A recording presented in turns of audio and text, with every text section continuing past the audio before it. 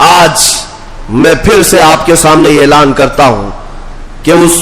ملعون پاکھنڈی نے جو چند مہینوں سے گوفے میں بیٹھا ہوا تھا اور اب باہر آ کر کے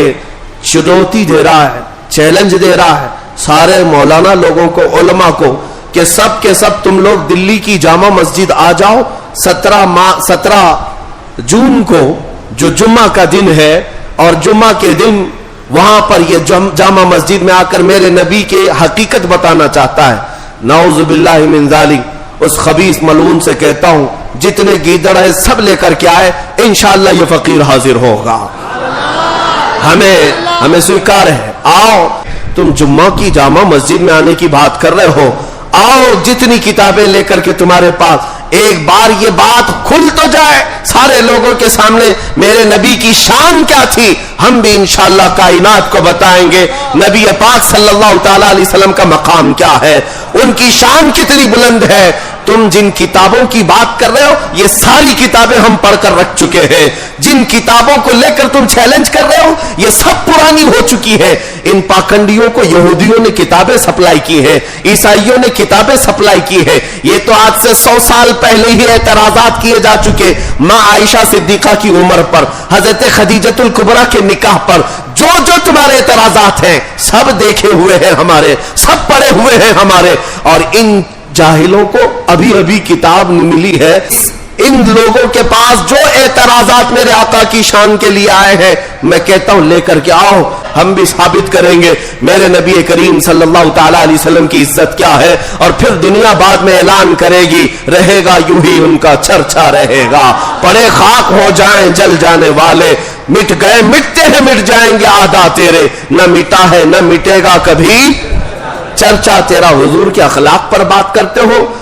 تیرے خلق کو حق نے عظیم کہا، تیرے خلق کو رب نے جمیل کیا، کوئی تجھ سا ہوا ہے نہ ہوگا شہا، تیرے خالق حسن و ادا کی قسم۔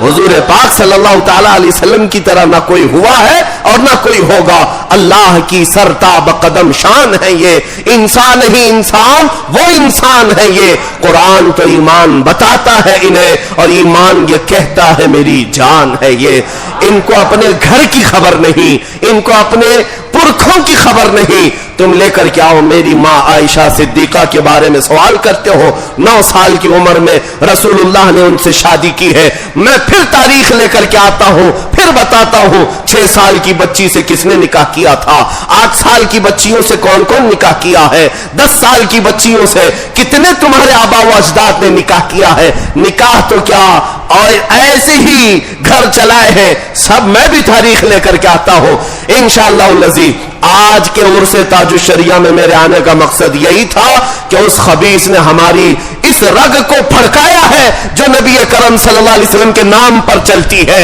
اور اگر تم نے یہ سمجھ رکھا ہے کہ کوئی تمہارا جواب دینے والا ہندوستان میں نہیں ہے تو یہ تمہاری خام خیالی ہے۔ ایسے ہزاروں بچے ہر محلے سے میرے نبی کے لیے جان دینے کے لیے تیار ہیں۔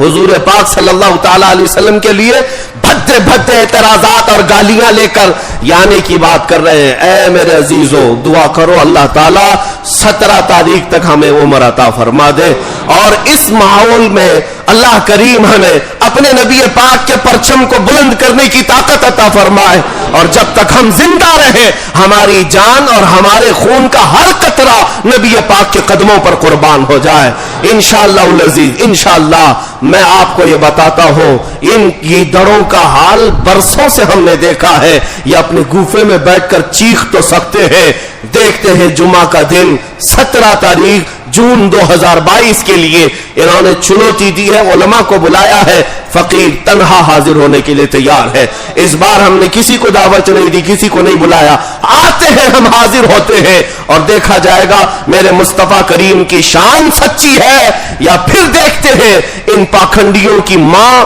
کتنی بدکار تھی جس کی وجہ سے یہ ناپاک وجود دنیا میں آیا ہے۔ اللہ کریم ان تمام زہریلے کیڑوں کو نیست و نابود فرمائے۔ وآخر دعوانا الحمدللہ رب العالمین۔